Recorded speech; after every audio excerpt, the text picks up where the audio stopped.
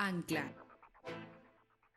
agencia de noticias clandestina, para romper con el bloqueo de la información.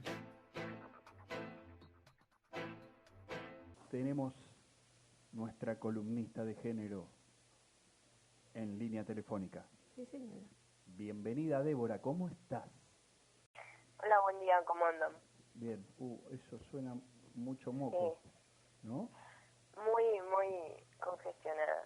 Los cambios de tiempo no son acordes a la salud de uno.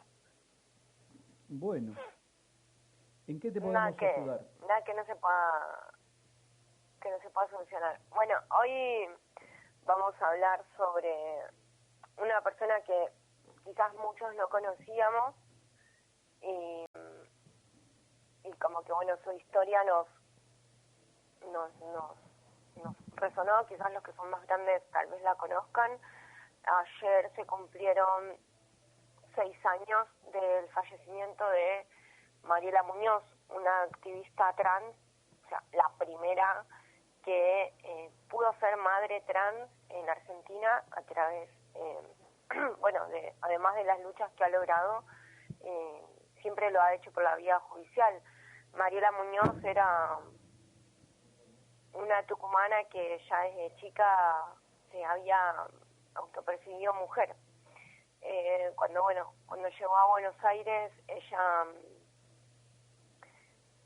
comenzó una lucha de poder criar a sus hijos. Ella había anotado a mellizos y un niño, creo, como hijos, una niña, que los criaba desde el nacimiento y los anotó como propios, y bueno, mediante denuncias obviamente de que en esos tiempos estaba mal visto, la denunciaron y bueno, Mariela tuvo que pasar 1 año en prisión, y bueno, muchas desidias, muchas discriminaciones para que al fin la puedan reconocer como primero como mujer y después como madre.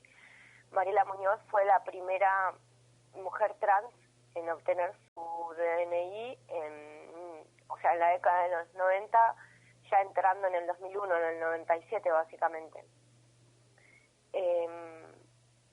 Mariela, fue una activista que vivió hasta los 73 años, cuando sabemos que la expectativa de vida de las personas trans son como mucho hasta los 35 años.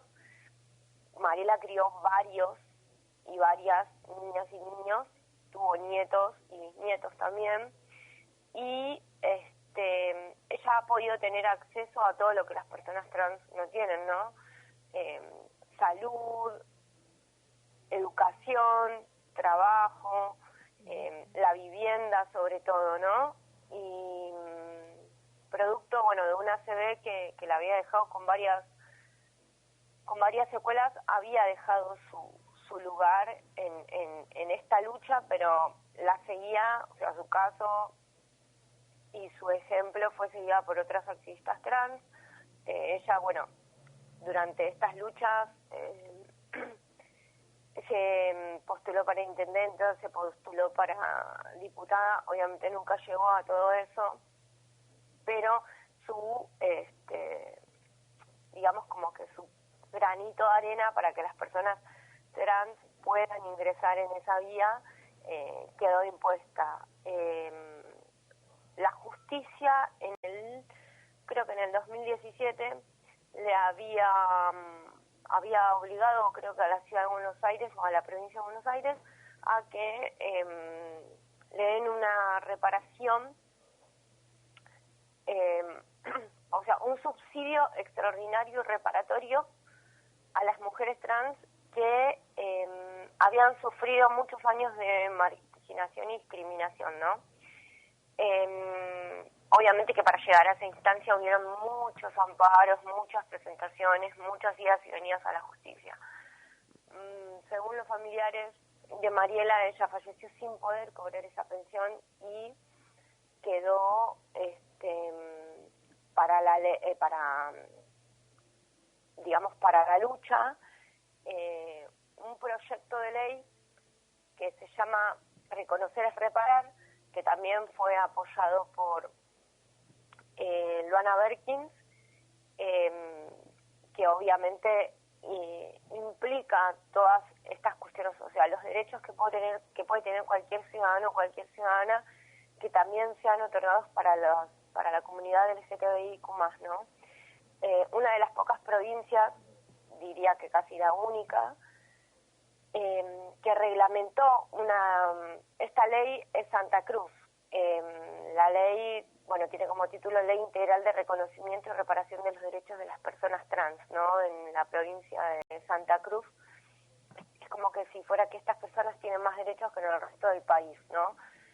Básicamente lo que buscan es garantizar la educación, el trabajo y la vivienda hacia las identidades. O sea, todo eso de lo que compone a una persona para su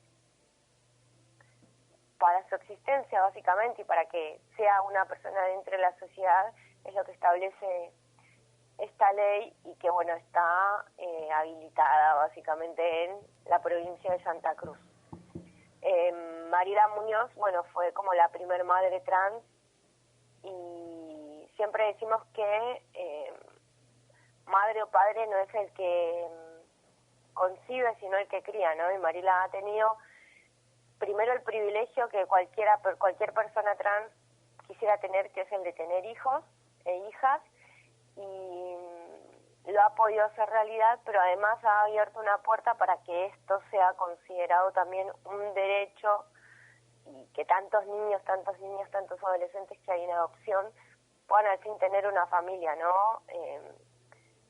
Saliéndonos obviamente de la familia homoparental tradicional, que terminamos entendiendo que las familias no se componen por sexos biológicos, sino por el amor que le puedan generar a esas criaturas para que puedan avanzar en su vida y que el día de mañana puedan seguir, digamos, como teniendo derechos básicamente a existir. Eso, bueno, por un lado. Y por otro, hace un año, ya se cumplió un año, de otra presentación de ley que quedó en stand-by también, que es una ley de cuidados en igualdad, ¿no? De que tanto padres como madres puedan tener los mismos días en el cuidado de sus hijas cuando nacen. O sea, estas licencias que se dan más días a la madre que a los padres, que sean en igualdad. Se cumplió un año, no hay como un avance con respecto a eso, y cuando hablamos de crianza también hablamos de esto, ¿no? Que ambos padres, ambas madres puedan tener los mismos derechos y las mismas obligaciones también para cuidar a sus hijas recién nacidas. Entonces, lo que se pide, lo que están pidiendo es que esta ley sea tratada y que, bueno, le llegue a todos y a todas por igual. La verdad que es muy interesante recordar lo de Mariela Muñoz, porque uno se acuerda de esa quilmeña llorando por televisión, que un juez le había sacado la custodia de sus hijos, y saber que dio todas las luchas y las peleas como para terminar criando 17 pibes y pibas, ¿sí? Que la decidieron con todo el amor, y la verdad que conmociona pensar el para atrás de tantas luchas que se dan desde la diversidad, ¿no? Y sí, más en una época en donde sabemos que la marginación hacia las personas trans, o sea, llegar a vivir hasta los 35 años, era como, no sé, un montón, y hoy en día, si lo pensamos, 35 años es parte de la plenitud de la vida, ¿no? Uno como que recién a esa edad empieza a entender y empieza a madurar en un montón de cuestiones, y quizás las personas trans ni siquiera llegan a esa edad. Me parece que ese tipo de lucha siempre es bueno recordarlos, y para quienes no lo conocían, como que también se genere conciencia, ¿no? Y que se entienda que hoy en día las condiciones en las que un niño a veces viene al mundo no son las quizás no son las deseadas, pero que para todos esos niños que nacen, niños y niñas que terminan quedando en los lugares de adopción, también tienen una oportunidad, ¿no? Que estas cuestiones de familias homoparentales no deben ser específicamente como lo establecido, porque muchas veces son las familias homoparentales las que terminan siendo generadoras de grandes traumas para esos niños y esas niñas, ¿no? En otras cuestiones, pero que el modelo de familia tradicional ya no existe, básicamente. O por lo menos que se está redefiniendo, digamos, el modelo de la familia se está redefiniendo sobre esa base patriarcal, pero... Sí, la realidad es que...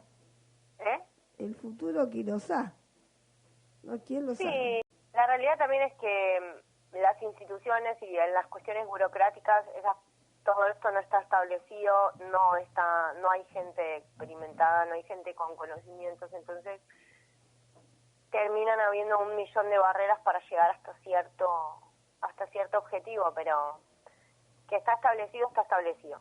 Sí, yo creo que en este tema de géneros y diversidades, en este punto del proceso, el mayor desafío es que no existen ni grandes referentes, ni dispositivos consolidados, ni mucho menos. Entonces, el desafío es que frente a cada situación uno tiene que co-crear con el otro un modo de intervenir, de acompañar esos procesos, y en eso también se ve envuelta la familia, ¿no? Había alguna época que algunos de nosotros decíamos, no sabemos bien qué queremos, pero sabemos lo que no queremos. Bueno, evidentemente esta es la situación en la que hoy estamos en algunos temas, pero me parece que el desafío, ya te digo, es repensarnos permanentemente frente a un mundo que cambia. Sí, obvio. El mundo siempre está cambiando y queremos creer que es para mejor, aunque haya cosas que cuesten. Me parece que ahí habría que interpelarnos cada uno de nosotros, sobre todo qué es lo que pretendemos dejar para las generaciones que nos los que nos siguen, ¿sí?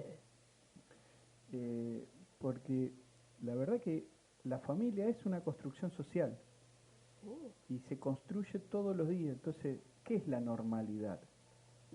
Claro. Digo, la verdad que en una construcción social, si hay algo que no es normal, es la normalidad. Claro, totalmente. Entonces, ¿por qué tenemos que esperar que venga alguien iluminado a decirnos cómo debe ser una construcción social? La construcción social la construimos cotidianamente, aun cuando no nos damos cuenta. ¿Sí? Sí, sí. Y me gusta más pensar en función de funciones sociales, más que en títulos y etiquetas. Digo, entonces, más que padre o madre, es quien cumple esa función. Digo, independientemente de la etiqueta o el lazo sanguíneo que tenga. Porque seguramente muchos y muchas de nosotros maternamos y paternamos gente con la cual no tenemos ningún lazo de sanguíneo. Sí. Pero es que de alguna manera estoy totalmente de acuerdo, y de alguna manera la memoria que nos trae de ahora demuestra eso, ¿entendés? Todo esto que estás diciendo. Y Sí. me quiero detener 30 segundos en algo que mucha gente repite y poca gente ha leído. El chabón se llama Jacques Derrida, un filósofo francés complejo de leer, porque algunos dicen que él escribía y pensaba en alemán, que era la lengua de su madre. Después lo traducía al francés y a muchas y a muchos de nosotros nos llegó en castellano. Así que una tercera traducción. Cocoliche básico. Entonces, me parece que deberíamos volver a leer un poco más concienzudamente un concepto que trae Derrida, que es la deconstrucción. Y no solo para algunas militantes feministas que nos interpelan a los que nacimos en otras eras diciendo, ustedes se tienen que deconstruir. Me parece que nos tenemos que deconstruir todos, porque deconstruirse, dice Jacques Derrida, es poner en tensión todos esos saberes anteriores a nosotros. Realmente. Y entre esos saberes está qué entendemos por familia. Entonces, nada. La verdad que es muy interesante lo que trajiste, ¿no? Está buenísimo, digo, me gusta, porque nos permite ponernos serios 2 minutos y filosofar sobre algunas cosas.